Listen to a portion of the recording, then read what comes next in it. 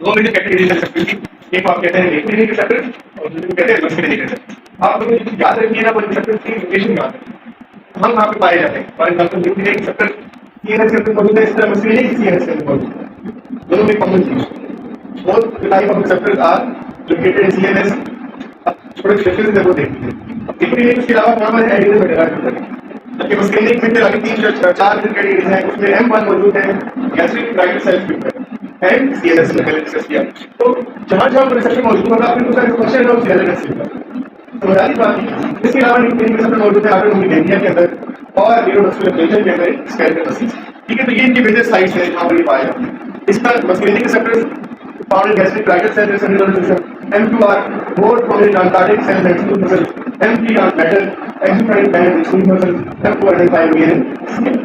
तो इसका मतलब ये है कि जहाँ जहाँ ये रिसेप्टर मेजर नहीं पाए जाएंगे वहाँ ये कुछ इंपॉर्टेंट फंक्शंस भी करवा रहे होंगे, बहुत सारे इंपॉर्टेंट फंक्शन इनके थ्रू रेगुलेट हुए होंगे। ठीक है, अब जैसे निकोटीन में लिखा हुआ है low concentration stimulates the receptor whereas nicotine in high concentration blocks the receptor. क्या रीजन हो सकती है? सरफेस एरिया को पाए सरफेस एरिया का बिकॉज वो फिर न्यू कमिंग बॉडी को स्पेस नहीं देते। ठीक है, तो हायर कंसंट्रेशन में होते हैं तो वो फिर क्लासिफाई कर जाते हैं और ब्लॉक कर देते हैं पर एनी पर रहेगी। और समझारी तो बॉडी यूजुअली क्या करती है कि एक फीडबैक मैकेनिज्म की तरह काम करती है। अगर बॉडी में कोई लाइगेंड काम होता है तो रिसेप्टर स्टॉप रेगुलेट करते हैं, अगर लाइगेंड ज्यादा होता है तो रिसेप्टर्स को डाउन रेगुलेट कर देती है, यानी नंबर ऑफ रिसेप्टर्स रिड्यूस करवा देती है ताकि बॉडी में बैलेंस रहे, इसके जो फंक्शनिंग है वो एक आध मैकेनिज्म की तरह चलती है। अब आपने डिसाइड नहीं भूलिए कहाँ पर कौन से रिसेप्टर हैं, आगे जो ड्रग्स पड़ेगी उन्हीं के साथ बाइंड करके स्पेसिफिक इफेक्ट्स दिखाएंगे। फॉर एग्जांपल क्लास से पैरासिम्पैथेटिक का क्या इफेक्ट आएगा, एक्सोक्राइन ग्लैंड पे क्या आएगा, कार्डियक मसल पे क्या आएगा, न्यूरोमस्कुलर जंक्शन पे क्या आएगा, ये सारे चीजें। अब आगे रिसेप्टर की टाइप कौन सी है, जिससे लिमिटेड कहाँ पर है और उसका काउंटर एक्शन क्या होगा, ये मैं बात कर रहा हूँ। तो M1 पे अगर आप देखें M1 type of masculine M1 patient circulatory system और दूसरा हमने काम था गैस्ट्रिक ट्रैक्ट सेल्स। होता है गैस्ट्रिक ट्रैक्ट सेल्स क्या होता है, स्टमक के वो सेल वेसिकुलेशन इन्वॉल्व तो हमने M1 को एक्साइटेड मींस कि they will stimulate the production of gastric acid. Tract cell पे पड़े तो क्या स्टिमुलेट करेंगे, गैस्ट्रिक एसिड को प्रमोट करेंगे। सीएनएस पे पड़े तो सीएनएस क्या करेंगे, एक्साइटेशन करवा देंगे। क्या देंगे नींद आ रही है आप लोग कुछ आ रही है। इलेक्ट्रोनेगेटिविटी कहां पर मौजूद है, हार्ट के मौजूद है। क्या करेंगे, इन्हिबिशन करवाएगी कार्डियक कंट्रैक्शन की, कार्डियक इन्हिबिशन बात को सही रूटीन करता है कार्डियक स्लो हार्ट की। MP again excited endocrine gland पर मौजूद है, स्मूथ मसल पर मौजूद है, जीआईटी में मौजूद है, यूरिनरी ट्रैक्ट पर मौजूद है, ब्रोंकियल मसल पर मौजूद है और वेस्कुलर कैविटी के अंदर मौजूद है। अब ये सारे नंबर 3 में एक्साइटेड नहीं है, एक्सोक्राइन ग्लैंड में इंसुलेशन ऑफ ब्लड बढ़ा देंगे, स्मूथ मसल की कॉन्ट्रैक्शन करा देंगे और वेसल केडोटीन से lactic acid lactic acid is mesotensin, lactic oxide endothelium is the green to the blood potential. इसी तरह हम बोल रहे हैं कि specifically central system के पार्ट में ये मेमोरी और रिटेंशन है एनाल्जेसिया में अपना होते हैं। ठीक है, लोकेशन उनका कंट्रोल करेक्शन आप कैसे इसमें अप्लाई कर सकते हैं, अल्टरनेटिव M1 M3 बहुत सारे सेट हैं only M2 is in between। ठीक है, वन अनदर सोर्स भी आप याद रख सकते हैं, 1 excitation 2 inhibition 3 excitation 4 and 5 only CNS. ठीक है, अब हम देखते हैं वो ड्रग जो पैरासिम्पैथेटिक सिस्टम को सपोर्ट करती है। पैरासिम्पैथेटिक ड्रग जिसको कहते हैं या पैरासिम्पैथोमाइमेटिक ड्रग्स कहते हैं। क्या कहते हैं, पैरासिम्पैथोमाइमेटिक। उसके अलावा कोलिनोमाइमेटिक्स कोलिनर्जिक सिस्टम को सपोर्ट कर रही है, सपोर्ट कर रही है, तो इस तरह से कोलिनोमाइमेटिक ड्रग्स कहा जाता है या फिर कोलिनर्जिक एगोनिस्ट भी कहा जाता है। ये तीन इनके कॉमनली अल्टरनेटिव यूज हैं।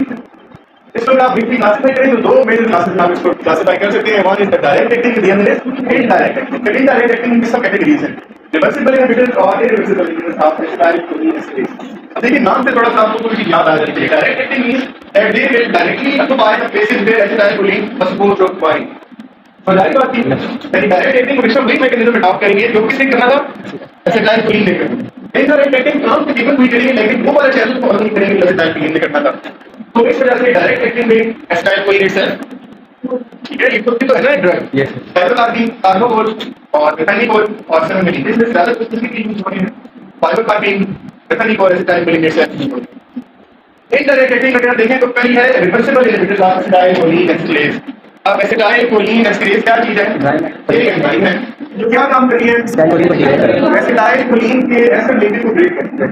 इट मींस कि वो एसिटाइल कोलिन को ब्रेक करवा रही है, उसकी जो कंसंट्रेशन है उसको बॉडी के अंदर रिड्यूस करवा रही है। अगर हम उसके लाइफ में टॉक करते हैं बट क्या होगा? ब्रेकिंग होगा, अल्टीमेटली उसके लेवल बॉडी में नॉर्मल तरीके से लाइफ करेंगे।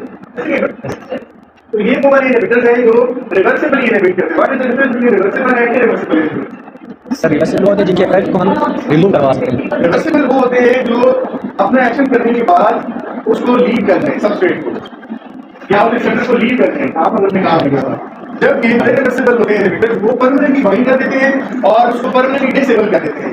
ठीक है, तब तक डिसेबल रखते हैं जब तक कि कोई नया रिसेप्टर बॉडी के अंदर वो जनरेट ना हो, आप ठीक है। तो जो पहली कैटेगरी है वो रिवर्सिबल इनहिबिटर है एसिटाइल कोलिन एस्टरेज की, यानी ये एसिटाइल कोलिन एस्टरेज के पास वक्त के लिए इलेक्ट्रिकली परमानेंटली ब्लॉक नहीं करेंगे।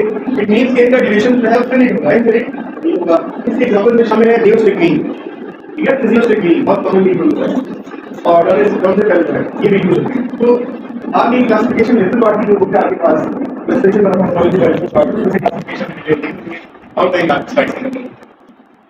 तो उसके बाद इधर टेक्निक में सेकंड कैटेगरी है that is irreversibly inhibited of acetyl choline esterase. तो इसमें फिर इकोथायोपेट वेरी कॉमनली प्रैक्टिस इकोथायोपेट। अब हम प्रोटोटाइप ड्रग को डिस्कस करेंगे। प्रोटोटाइप ड्रग वो होती है जो लीडिंग ड्रग होती है किसी भी क्लास की, तो सबसे पहले नोन ड्रग होती है जिससे बाकी ड्रग जो है वो मेरी ड्राइव की जाती है। तो हम सारी categories of the drug discuss नहीं करेंगे, हम प्रोटोटाइप करेंगे और आप वो से इसमें थोड़ा डिटेल में पढ़ेंगे। ये चीजें हैं उसके लिए सारे कैरेक्टरिस्टिक्स सेम है। जैसे अब एसिटाइल कोलिन है for example it has both the मस्कुलिनिक and nicotinic. तब जब आपको मस्कुलिनिक और निकोटिनिक रिसेप्टर की लोकेशन और नाम याद होंगे तो आप इजीली इनके इफेक्ट्स को स्टडी कर सकेंगे। फॉर एग्जांपल हार्ट में कौन से रिसेप्टर मौजूद थे? स्क्रीनिंग क्या के बारे में कौन से थे? तो हार्ट के ऊपर क्या इफेक्ट करते थे? रेडियोकार्डियक करवा।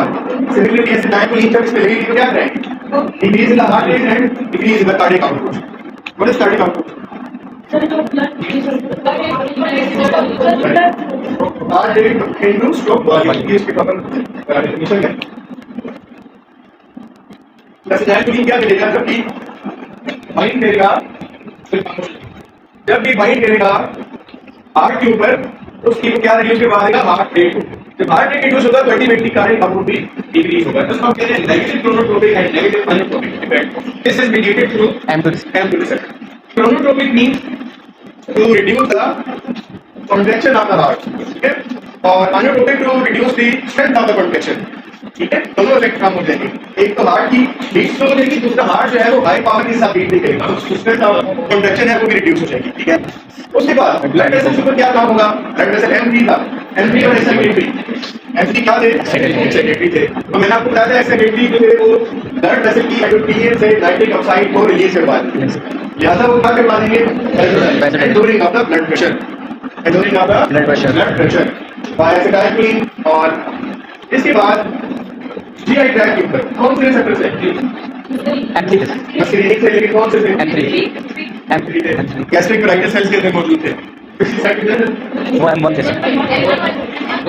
गैस्ट्रिक में M1 थे, प्लेट में M3 थे। M3 की मौजूद है नहीं मौजूद? कौन से रेसिप्टेंट लाइन के ऊपर मौजूद है? M1 है। गैस्ट्रिक कोलाइटिस सेल्स के अंदर M1। तो वो स्पीशीज को एनहांस कर रहे हैं, stimulate slimy secretion and stimulate intestinal secretion and stimulate. Then respiratory system M3 क्या था? Acidity. Enhances bronchial restriction and causes bronchoconstriction. Very important. ठीक है, bronchial constriction करवा देता है और जो secretion है ना bronchiole के अंदर उनको बढ़ा देता है। It means कि अगर कोई पेशेंट ऑलरेडी एस्मा या COPD के साथ है तो उसके अंदर ये इसका साइड इफेक्ट ज्यादा आएगा, एडवर्स इफेक्ट हो सकता है। Then the urinary system. कौन से रिसेप्टर है urinary system में? M3 क्या था? एक्साइटेटरी। क्या कर रहा है वहां पे? Increases the tone of reducer muscles causing next effect of the I. In the I acetyl choline not open is causing mouth constriction of the. तो ये कुछ मेरे आगे पे जो सप्लाई आगे चले क्लिनिकल यूज देखते हैं फॉर इलेक्ट्रिक ड्रग्स के। देखिए यहां पर स्लाइड में मौजूद है, डिटेल आपकी बुक के अंदर मौजूद है। क्लिनिकली किस पर्पस के लिए तस्वीर की जा सकती है? Gastrin कौन किस लिए यूज हो रही है? इसकी जो ओनली बस मिलेगी भी नहीं है, that is why it is very important in most of urinary retention and paralytic. Yes क्या होगा पोस्ट ऑपरेटिव यूरिनरी इन्फेक्शन क्या होगा यूरिनरी ब्लैडर के ऊपर क्या इफेक्ट आता है स्लाइड पे है साइटेशन यूरिनेशन पास कॉज क्या होता है यूरिनेशन तो इट मींस कि ये क्या कॉज करवाएंगे बस ये कि एक्सरसाइज इज हमारे increases the tone of inclusive muscles इसमें आप देखेंगे कि पोस्ट ऑपरेटिव अगर यूरिनरी रिटेंशन हो रही है या पोस्टमार्टम रिटेंशन हो रही है फॉर एग्जांपल आपकी डिलीवरी ठीक है यूरिनरी रिटेंशन होती है तो जब तक पेशेंट को डिस्चार्ज नहीं किया जाता जब तक कि वो यूरिन पास करे ठीक है तो उसमें अगर नॉर्मली वो डिले आ रहा है 4 आवर्स का 5 आवर्स का डिले आ रहा है तो फिर ये जो है मेरी रिजल्ट यूज की जा सकती है पोस्ट ऑपरेटिव के पोस्ट कंपार्टमेंट है अगर यूरिनरी रिटेंशन एब्नॉर्मल हो रही है या कोई न्यूरल रीजन की हो सकती है उस कहने लिए फिर उसको रिलीज देता है तो ये सबको उसके साथ है अगर टाइम से कोई चीज नहीं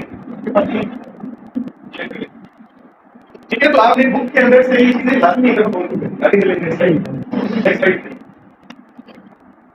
इसी तरह पायरोकार्पी अब हमने नकली बॉडी को चूज किया because it has more pronounced effect on smooth muscle क्या इसका स्मूथ मसल पे क्या इफेक्ट है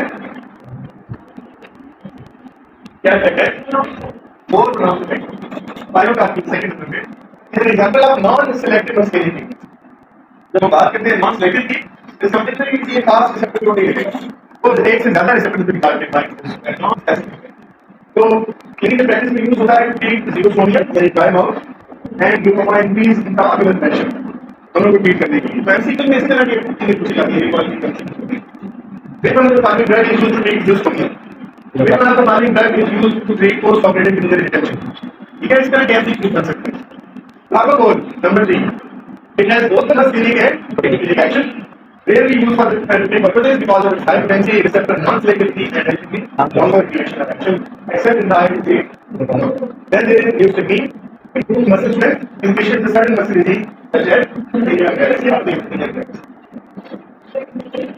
हैवी का बड़ी टेक होता है होता क्या है इसलिए क्लिनिकली आपको पेशेंट क्या कंप्लेन करता है आप कैसे डेवलप कर सकते हैं निकल मत यार ठीक सर मुझे बुला के आएंगे हम पैसा भी सुनने वाली फिर आप देखेंगे मुझे बात आ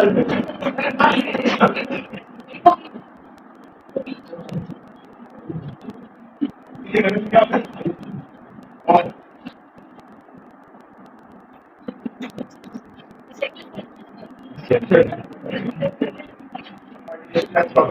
होता क्या है क्लिनिकली कैसे आप वही पूछ रहा था आप किस सकते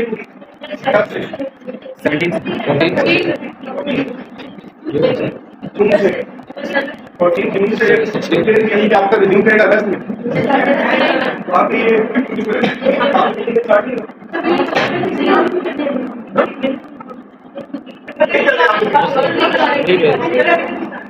होता है ना थर्ड ईयर स्टार्ट उसमें काफी क्लिनिकल बन चुकी है यस सर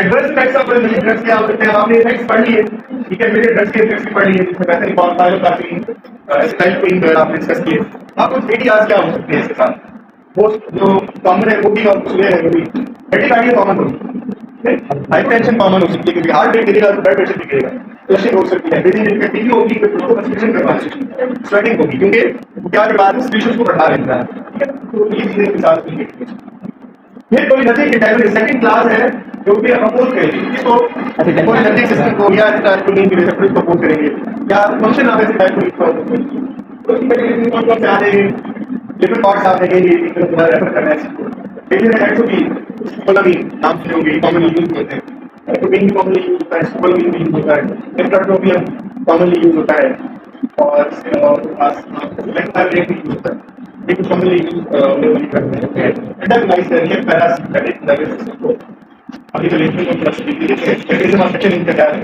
पहले उनका मैकेनिज्म ऑफ एक्शन क्या था पैरासिम्पैथिक के अंदर ये कैसे टाइप को नीचे लेकर जाके बाइंड कर देते हैं दूसरा ऐसे टाइप को एसिड को इनहिबिट कर देते हैं अब एंटागोनिस्ट का मैकेनिज्म ऑफ एक्शन क्या होगा ये कैसे जाके काम करेंगे एंटीकोलिनेटिक ड्रग्स को bind reversibly with the muscarinic cholinergic receptor ताकि वहां पर क्या आगे ना लग सके न्यूरोट्रांसमीटर कौन सा अब ये कुछ की जरा तो जाके वहां हो जाएंगे इट मीन कि जब एसिटाइल कोलिन आएगा वो वहाँ पे बाइंड कर सकेगा नहीं कर सकेगा। क्योंकि वहाँ पे रिसेप्टर फ्री नहीं होगा नहीं होगा नहीं होगा। जब रिसेप्टर फ्री नहीं होगा एसिटाइल कोलिन बाइंड नहीं कर सकेगा तो डिजायर्ड थेरेप्यूटिक इफेक्ट भी वहाँ पे नहीं मिलेगा।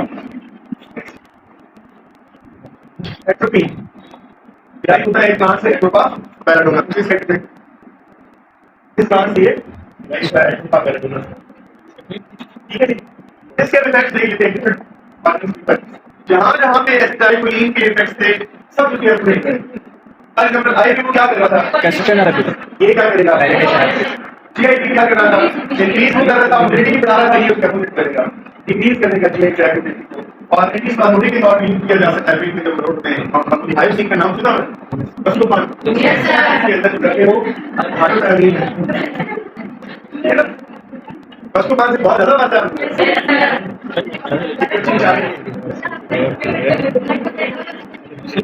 ज्यादा बात है वैसे भी कम हो गया जरूरत नहीं चले तो उसमें जो आप यूज करते हैं ना एंटीस्पाज़मोडिक एरोसाइनोसाइडल या आयासाइनिक एसिड ड्रग यूज करते हैं तो वो क्या करेगी स्पेस जो मस्कुलर स्पेज़म है उनको रिड्यूस कर देगी स्पेशल्स में क्या इफेक्ट आएगा वो स्पेशल को बढ़ा रहे ये सारे स्पेशल्स को ब्लॉक है वो ड्राई माउथ के लिए यूज हो रहे थे ये ड्राई माउथ पास के बाद ठीक है ड्राइनेस ऑफ द माउथ बिल्कुल होने के पास के बाद ठीक है ना इसी तरह स्वेट एंड लैक्रिमल ग्लैंड्स की स्पेशल की इफेक्ट होगी वहां से स्वेटिंग नहीं होगी और लैक्रिमल ग्लैंड के अंदर से भी फ्लूइड है वो नहीं निकलेगी कार्डियोवैस्कुलर में क्या इफेक्ट करना चाहिए सर की एक्टिविटी को एनहांस करना है एक्साइट करना है नॉर्मली होना चाहिए था कि अपोजिट काम होता है वो ब्रेडिकार्डिया कर रहे थे ये टैकीकार्डिया अब थोड़ा सा डोज रिस्पांस आ जाता है dose related for example at low dosage atropine causes decrease in the heart low dosage people is just like but higher dose of atropine causes a progressive increase in heart rate by blocking the याद रखिएगा लो doses की atropine causes increase the heart rate but at higher doses progressively increases the heart rate by blocking which receptor M2 inhibitory था ये बार बार receptors याद करने हैं तो ही सारी ड्रग्स आपको फिर टेस्ट भी याद रहेंगे इफेक्ट्स भी याद नेक्स्ट स्मूथ मसल के ऊपर अगेन सर ये एंटी एक्साइट कर रहे हैं स्मूथ मसल में क्या इफेक्ट था कोलिनर्जिक ड्रग्स इंक्रीज कर रहे हैं कंट्रैक्शन एक्टिविटी एंटी एक्साइटेड तो ये करते हैं आप इसमें smooth muscle that is that that emotion relax ये क्या करते हैं हम लोग relax by to due to किस रिसेप्टर की ब्लॉकिंग इट मींस के कोलिनर्जिक से को स्मूथ मसल कॉन्ट्रैक्शन में मारे थे और anti cholinergic smooth muscle relaxation similarly glands वो ग्लैंड स्पेशल्स को क्या करवा रही है ये उनकी स्पेशल्स को स्वेट ग्लैंड्स को सैलरी ग्लैंड्स को उनके जो स्पेशल्स हैं लिक्विड प्रोडक्शन सब कम है तो डीएस के एस्मा के अंदर ये केमिकल भी हो सकते हैं ठीक है बहुत सारी ड्रग्स दी जाती है ऐसी कप के अंदर म्यूकस प्रोड्यूस हो रहा है ठीक है ताकि म्यूकस की प्रोडक्शन रोका जा सके क्योंकि जब म्यूकस प्रोड्यूस होता है तो एयर फेस को क्या कर देता है ब्लॉक करता है या narrowing of the air face कर देता है वहां से फिर एयर फ्लो जो है वो प्रॉपर्ली नहीं होता है रिजल्ट जो ऑब्स्ट्रक्शन आ जाती है in the air flow body temperature की क्या होगा rise in the body temperature अगर that higher doses due to both inhibition of sweating and sweating नहीं होगी ऑब्वियसली स्वेटिंग क्या कॉज करवाती है कूलिंग इफेक्ट कॉज करती है स्वेटिंग नहीं होगी तो ऑब्वियसली बॉडी का टेम्परेचर राइज कर जाएगा और secondly is effect by the temperature control centre in the hypothalamus उसके थ्रू भी इतना शोट को बढ़ा देता है बॉडी में एक थर्मोस्टेट लगा हुआ है पता है आपको उसका क्या काम है क्या काम है बॉडी टेम्परेचर रेगुलेट करता है for example in winter when there is swing mode outside तो बॉडी अपना टेम्परेचर मेंटेन करने के लिए क्या करती है शिवर करती है शिवरिंग करती है शिवरिंग से क्या होती है एनर्जी प्रोड्यूस होती है मसल्स के अंदर हीट जनरेट होती है और बॉडी अपना टेम्परेचर मेंटेन इसी तरह summers when there is high temperature outside of the body तो बॉडी क्या करती है स्वेट करती है स्वेट करने से कूलिंग इफेक्ट करता है तो ये सारा कुछ हाइपोथैलेमस से हो अब हम कुछ थेरेप्यूटिक पढ़ लेते हैं एंटीकोलिनर्जिक के जैसे हमने थेरेप्यूटिक पढ़े थे कोलिनर्जिक उसमें आपने चार रेस्पिरेटरी के medication what is this loss of consciousness loss of sensation and amnesia loss of memory ये सारी चीजें उसके तरफ क्योंकि जब आप ऑपरेट के होने के बाद दूसरे से गुजरने के बाद ना आपको याद नहीं होता कि आपके साथ क्या हुआ किसी के लिए ऑपरेट किया नहीं हुआ तो क्या आपको याद है उसके में क्या हुआ था इसीलिए याद है कि अमेरिका में करता है यूज ऑफ एनेस्थेटिक्स तो ड्यूरिंग सर्जरी जब भी प्रोसीजर किया जा रहा होता है एक्सेसिव एक्सक्रीशन नहीं चाहिए होती बात समझ आ रही है क्योंकि जितनी एक्सेसिव एक्सक्रीशन होगी ना तो वहां से उस सिचुएशन को हैंडल करना डिफिकल्ट होता जाएगा इस वजह से प्री एनेस्थेटिक मेडिकेशन के तौर पर ये दी जा सकती है ताकि क्या ना प्रोड्यूस हो, एक्सेसिव सलाइवा प्रोड्यूस हो। बहुत सारे डेंटल प्रोसीजर्स के अंदर दी जा सकती है, डेंटिस्ट्री में सलाइवा प्रोडक्शन बहुत होती है। उसके अलावा रेस्पिरेटरी सिस्टम को ब्लॉक किया जा सकता है। ठीक है, during anaesthesia already respiratory system जो है वो बिलो पार काम कर रहा होता है, और अगर इस दौरान सबमिशन भी हो जाए तो पेशेंट की रेस्पिरेटरी डिप्रेशन में जाने का खतरा होता है, रेस्पिरेटरी डिस्ट्रेस में जाने का खतरा होता है। तो इससे बचने के लिए इसको प्री एनेस्थेटिक मेडिकेशन के तौर पे यूज किया जा सकता है। इसी एग्जांपल में शामिल है ग्लाइकोटाइल लेते हैं, इसमें पूरा नहीं। फिर डक्टिल अल्सर डिजीज क्या करवा रहा था, ये गैस्ट्रिक सिस्टम को बढ़ा रहा था, कम कर रहा था, कम कर रहा कम कर रहा था ना। Yes, sir. तो जब एसिड सिस्टम कम होगी तो अल्सर की होगी ना, बढ़ जाएगी। ठीक है। तो इट मींस कि अल्सर के अंदर भी इसकी थेरेप्यूटिक इंडिकेशन जो है मौजूद है। आप अल्सर को रिड्यूस करने के लिए, रिलीफ देने के लिए यूज कर सकते हैं। लेकिन आज के लाइफ में बहुत कॉमनली मिल जाते हैं, इस वजह से इस बात की कॉमन है। ऐसे डॉक्टर में आप मार्केट में नाम सुनते होंगे, सेंटेक का नाम सुना होगा, सेंटेक टैबलेट। ऐसे डॉक्टर हैं, ये एसिड प्रोडक्शन को कम करते हैं, अल्सर की पेशेंट्स को दी जाती है। ऐसे बात मोड़े थेरेप्यूटिक इंडिकेशन है करती है कि अगर स्पाइरल आया इंटेस्टाइनल एडिशन को ले एब्डोमिनल कैंस अब मैंने आपको लिखा उसके अंदर भी की जा सकती है। Relief urinary frequency and efficiency or inequality limitation. अब ये उसका अपोजिट काम करें या क्या काम करें, यूरिनरी फ्रीक्वेंसी को रिड्यूस करवा दें। बस बताइए, अगर किसी पेशेंट को बहुत फ्रीक्वेंटली यूरिन क्लास हो रही है उसको भी एक टाइम को डिक्रीज करेंगे, एफिशिएंसी को डिक्रीज करेंगे, यहाँ पे इनक्वालिटी यूरिनेशन एंड यूरिनेशन। क्या the patient is not able to control the urine output, तो इनक्वालिटी कंट्रोल के लिए भी ये कंडीशन की जा सकती है। आप इनक्वालिटी एग्जांपल में आपसे बताएं और प्रोपेंटिलीन। इसी तरह ब्रोंकियल एस्मा के अंदर मैंने शुरू में बताया था कि इन्फेक्शन को रोकने ब्रोंकियोल को क्या करवा रहे थे साथ में, डायरेक्ट करवा रहे थे। तो जब ये डायरेक्ट कराएंगे ब्रोंकियल एस्मा के अंदर पेशेंट जो ऑलरेडी रिलीफ भी करेंगे, याद देंगे और ऐसे जाते हैं जाते नहीं डायरेक्शन ऑफ पीपल। और इसके अंदर ही कब क्या देखना, एग्जामिनेशन करना होगा। तो डॉक्टर साहब वाले एग्जामिनेशन के लिए जाते हैं तो एक दो ड्रॉप साइज में उनका मकसद क्या होता है कि वो डायरेक्शन के बाद आप उसको इजीली ऑब्जर्व कर सकते हैं। तो ये दो तरह की ड्रग्स में आगे एंटीकोलिनर्जिक्स एंड कोलिनर्जिक्स। ये बात ध्यान रखें, इनके इफेक्ट्स की याद रखने, इनकी कैटेगरीज भी याद रखनी है। रिपोर्ट को लास्ट में आपने नेक्स्ट स्लाइड में सारे कैटेगरी एक दो मिक्स कर देते हैं। Organophosphate poisoning and machine poisoning उसके अंदर भी यूज की जा सकती है।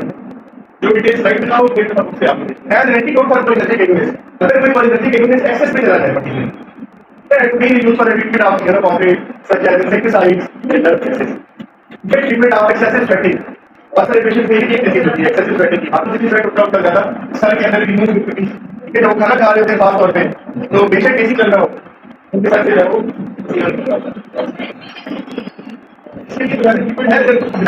क्या चल रहा है, क्या नॉर्मली सेट कर रहे थे वो कंडीशन कौन जाती है को ओकेजनली कर रहा है उसमें पीछे नहीं, जब बहुत नॉर्मली कर रहा है तो फिर आप ये एक्टिविटी के पास कुछ एडवर्स इफेक्ट है याद रखने आपने इसके एडवर्स इफेक्ट है। लेकिन ये सब कुछ ट्राई कर रहे थे, इसी हम एकदम यूज करते हैं 3D effect. Dryness of the mouth ये समझ कर रहे थे ना, ठीक है, ड्राई प्लस रिकॉर्ड्स की स्टडी की इनहिबिट कर रहे थे और डायलेटेड पिपल आंखों की डायलेशन करवा रहे थे, डायलेशन करवा रहे थे। तो ये तीन इसके साथ प्रोमिनेंट इफेक्ट आते हैं, 3D इफेक्ट इसको कहते हैं। डायरेक्ट पॉइजनिंग एंड मेट्रोबिन के साथ जो भी इंपॉर्टेंट एडवर्स इफेक्ट ऑब्जर्व किए जाते हैं वो 3D में शामिल है, dryness of the mouth, dryness of the skin and dilated people. उसके अलावा क्या हो सकता है, फीवर, जो स्वेटिंग नहीं है तो फीवर तो होगा, नहीं होगा, हो सकता है rise in the body temperature, साथ ही साथ difficulty in respiration urine pass करने में, yes, excitement, extra delirium, hallucination ये सब हो सकते हैं इस पॉइजनिंग के साथ। इसकी ट्रीटमेंट क्या है टीडी पॉइजनिंग की? टीडी इफेक्ट्स की ट्रीटमेंट है 50 to 60 माइक्रोग्राम पर इंट्रावेनस एवरी 1 to 2 आवर्स। ये उसकी पॉइजनिंग की टॉक्सिसिटी हो जाए जब इनको सिक्वेंस रेट भी क्या है तो रिपीट पॉइजनिंग इस्तेमाल की जा सकती है। ऑर्गेनोफॉस्फेट पॉइजनिंग क्या है? बहुत सारे पेस्टिसाइड्स आप देखते हैं कीड़े मार जैसे आप स्प्रे करते हैं वहां पे क्या हो जाता है, उनकी फरन से कोई आप बेहोश होकर गिर जाते हैं तो वो क्यों पूरा हो गया? Immediately they inhibit acetylcholine esterase, जब एसिटाइलकोलिन एस्टरेज इनहिबिट होगा तो वहां पे accommodation of acetylcholine will take care of the nerve and neuromuscular junction, और ये एक्सेसिवली स्टिमुलेट कर देगी मस्कुलिक और निकोटिनिक रिसेप्टर्स को इन सीएनएस। तो क्या होगा, जब एक्सेसिवली स्टिमुलेट हो जाएंगे तो एसिटाइलकोलिन क्या कर रहा था, सर हार्ट को इनहिबिटर हार्ट ब्लॉक के बाद immediate number 1 number 2 muscle movements इसको ज़्यादा होगा मसल क्या कर रहा था स्मूथ मसल कंट्रैक्शन को करा ज़्यादा कर और स्केलेटल मसल पूरे मसल रिडक्शन रेट इनको भी इंक्रीज एंड वन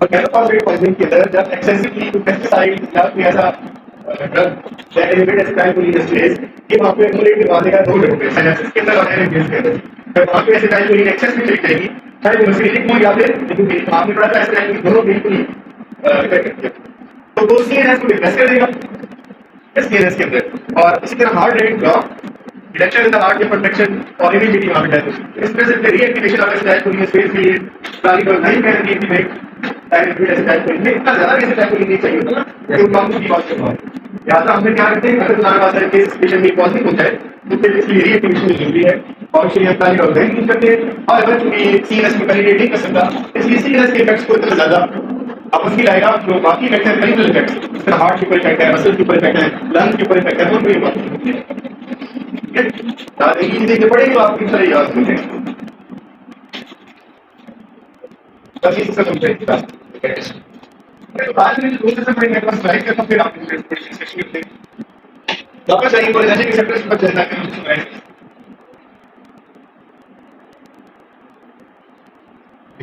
दो तरह के सेक्टर्स पढ़े आपने एनर्जी के अंदर बस लेने के सबसे एक में फर्दर आपने टाइप पढ़ी 1 2 3 4 5 1 3 and 4 1.5 bar CNS 180 bar excretory 2 बार तो इसी तरह ध्यान रखें कि लोकेशन है सीएनएस गैस्ट्रिक एंड हार्ट वहां पे अपना स्ट्रक्चर करेंगे इनका माइग्रेट नाम है जो बाद नाम भी तेरा पैरा सुना तो माइग्रेट पूरी तो माइग्रेट क्या इसमें फिर दो कैटेगरीज आपने पढ़ी थी एक बार डायरेक्ट टेक्निक के अंदर बात इनडायरेक्ट टेक्निक है सब कैटेगरीज फ्लेक्सिबल है ठीक है नेक्स्ट फिर दैट मीन कि कुछ मेजर एक्शंस आपने पढ़े थे various organs of the body heart uterus bradycardia blood vessel की डायलेशन और गैस्ट्रोइंटेस्टाइनल के अंदर increase stability and gastric acid production respiration के अंदर bronchoconstriction and production of mucus urinary system के अंदर इंक्रीज करेगा